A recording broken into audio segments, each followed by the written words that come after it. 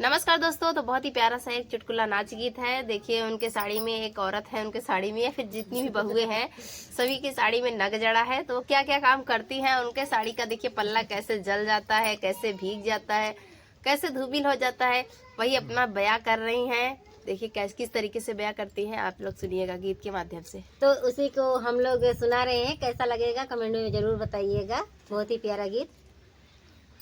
पहिरी हम नग जड़ा साड़ी, घूंघट हम कैसे के काड़ी। पहिरी हम नग जड़ा साड़ी, घूंघट हम कैसे के काड़ी।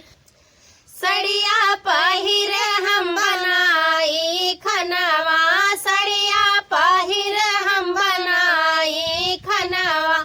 जरी गई साड़ी के किनारी, घूंघट हम कैसे के काड़ी। जरी गई साड़ी के किनारी, घूंघट हम कैसे के काड़ी। पहिरी हम नग जड़ा साड़ी, घूंघट हम कैसे के काड़ी। पहिरी हम नग जड़ा साड़ी, घूंघट हम कैसे के काड़ी। सड़िया पहिर मई बटोरे आंगनवा, सड़िया पहिर मई बटोरे आंगनवा। धूमिल होई गई किनारी, घूंघट हम कैसे के काड़ी। धूमिल होई गई किनारी, घूंघट हम कैसे के काड़ी। पहिरी हम नग जड़ा साड़ी, घूंघट हम कैसे के काड़ी। पहिरी हम नग जड़ा साड़ी, घूंघट हम कैसे के काड़ी।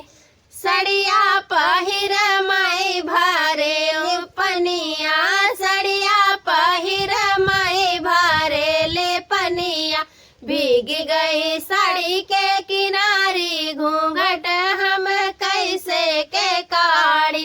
भीग गई साड़ी के किनारी, घूंघट हम कैसे के काड़ी। पहिरी हम नग जड़ा साड़ी, घूंघट हम कैसे के काड़ी। तो देखिए अच्छा लगा ना ये गीत, कमेंट में जरूर बताइएगा।